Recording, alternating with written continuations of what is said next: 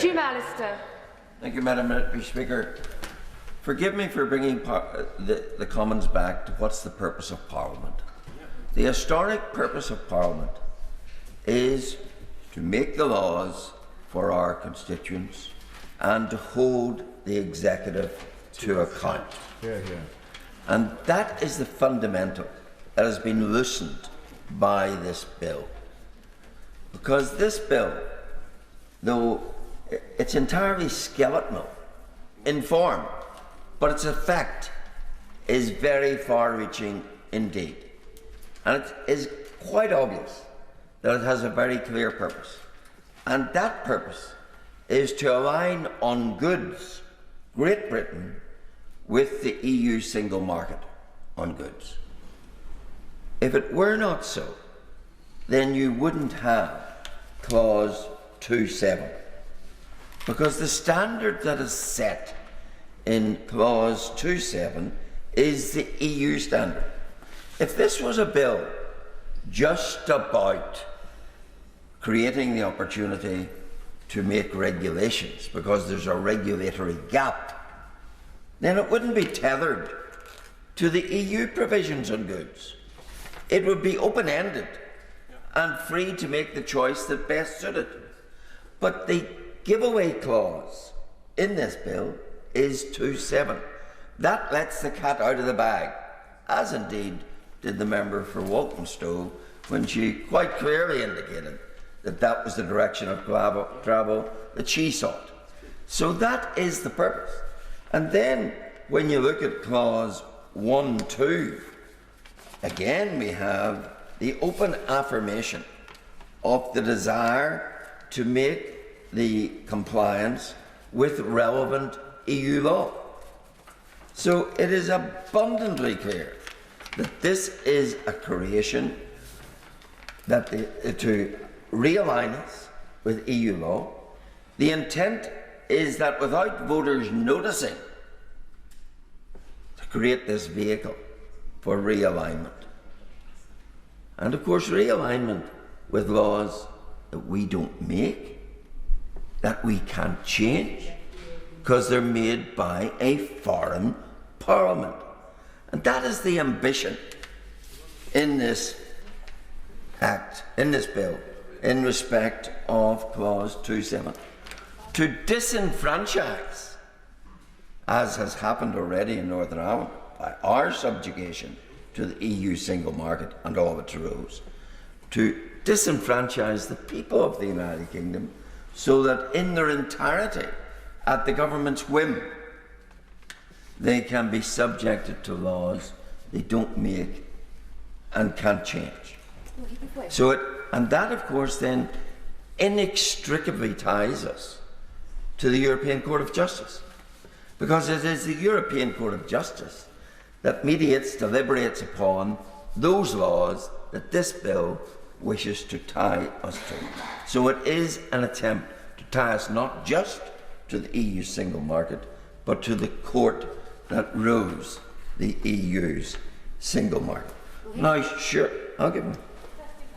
In terms of the point that the honourable gentleman is making about franchisement and the fact that he wishes this Parliament to be able to be in control of the powers that it has, would he agree with me that it would be sensible for the UK Government to ensure that where powers are devolved to the Scottish Parliament, for example, that they are seeking consent from Scottish ministers rather than just legislating?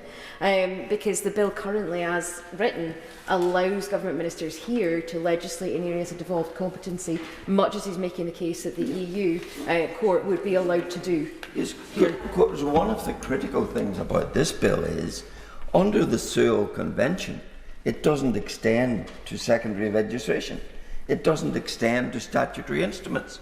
So this bill drives a coach and horses through the Sewell Convention as far as devolution is concerned, because it heaps all the powers into statutory instruments.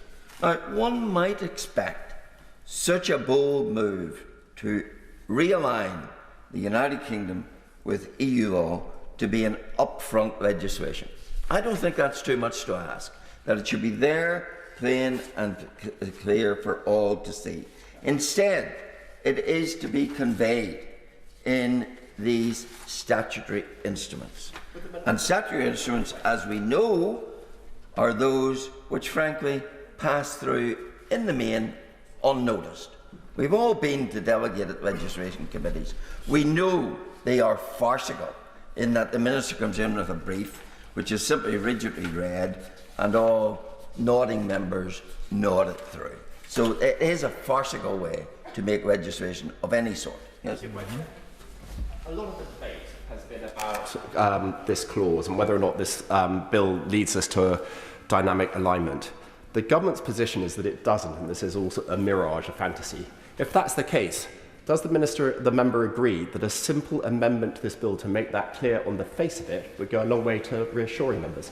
Absolutely. If the government is not, as many of us suspect, following a deliberate approach of circumventing debate in this House on key realignment issues and is seeking rather to channel it through statutory instruments, then call our bluff, change this bill on the face of it in that regard. But this idea of skeleton legislation which sets up the powers being taken from Parliament and given to the executive is something which historically the party of government railed against.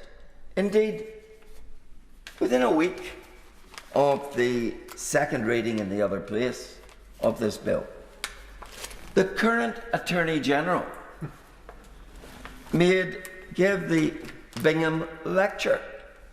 This is what he said. Excessive reliance on delegated powers, Henry VIII clauses, or skeleton legislation upsets the proper balance between Parliament and the executive.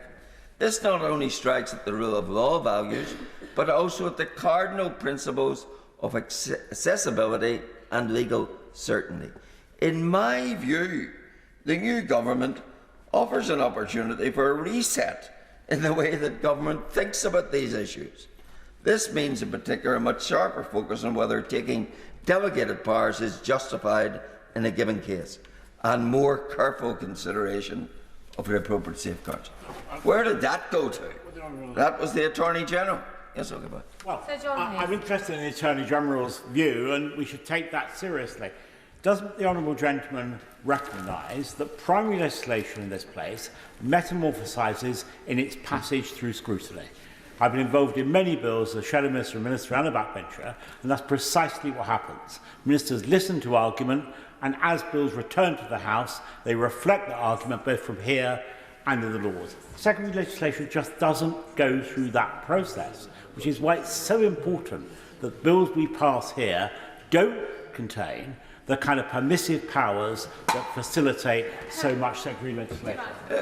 The right honourable member is absolutely right. And if you were wanting to realign the United Kingdom with the EU, then the easiest passage is statutory instruments, and that is why that is the chosen mechanism here. One final point I want to make. This Parliament, traditionally and properly, makes the law on criminal offences. We set the tariffs. We say sometimes what the minimum, but always what the maximum penalty is on a criminal offence. We say what is the content, what is the actus reus and the mens rea of the criminal offence. But amazingly, under this bill, clauses 3, 9 and 11, 6, 9 and 11, we are going to make criminal offences by statutory instrument. Now, surely we've lost the run of ourselves if we think it is appropriate to make criminal offences in that essentially uncontrolled manner.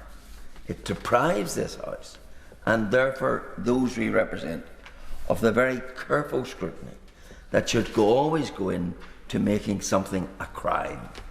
And that is but another of the fundamental flaws of this undeserving bill.